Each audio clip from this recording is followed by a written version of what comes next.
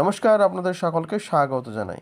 IPL নিলামে সবচেয়ে বেশি টাকা পেতে চলেছে এই 5 ক্রিকেটার। তারা কারা আজকের ভিডিওতে আপনারা জেনে নিন। আইপিএল 2025-এর মেগা নিলামের আগে কিছু বড় চমক প্রকাশিত হয়েছে। বিশেষ করে শ্রেয়স আইয়ার, ঋষভ পন্থ এবং লোকেশ রাহুলের মতো তারকাদের রিটেন না করার সিদ্ধান্ত চাঞ্চল্য সৃষ্টি করেছে। 3 ক্রিকেটারের মধ্যে শ্রেয়স আইয়ার বিশেষভাবে আলোচনায় রয়েছেন, যিনি দাবি করেছেন কেকেআর থেকে 30 কোটি টাকা। এছাড়া ঋষভ পন্থ, আর্শদীপ সিং, ঈশান কিষান এবং কেএল রাহুলও হতে পারেন বড় টাকার প্লেয়ার।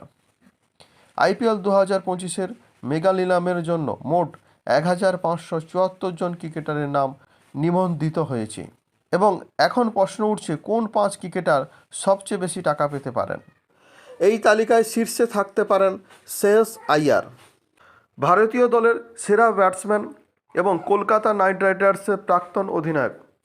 তার পারফরম্যান্স এবং নেতৃত্বের দক্ষতা তাকে বিশাল অঙ্কের জন্য আকর্ষণীয় বানাচ্ছে। এরপর ঋষভ পন্থ, দিল্লি ক্যাপিটালসের প্রাক্তন অধিনায়ক, যিনি উইকেট কিপিংয়ের সঙ্গে ব্যাটিং দুই ক্ষেত্রেই প্রভাব বিস্তার করেছেন।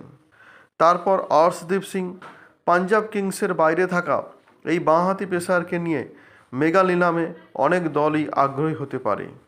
এরপর ঈশান কিষান, মুম্বাই ইন্ডিয়ান্সের রিটেনশন তালিকায় না থাকলেও তার ব্যাটিং দক্ষতা এবং উইকেট কিপিং দক্ষতা তাকে একটি বড় মূল্য দিতে পারে।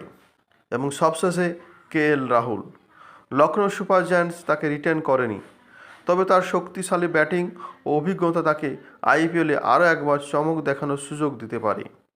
এবার মেগা নিলামের দিন ও নিলামে উঠবে আরও নতুন তারকারা এবং তাদের মধ্যে কোনো নতুন রেকর্ড হতে পারে, এমনটাই ধারণা করছেন ক্রিকেট বিশেষজ্ঞরা।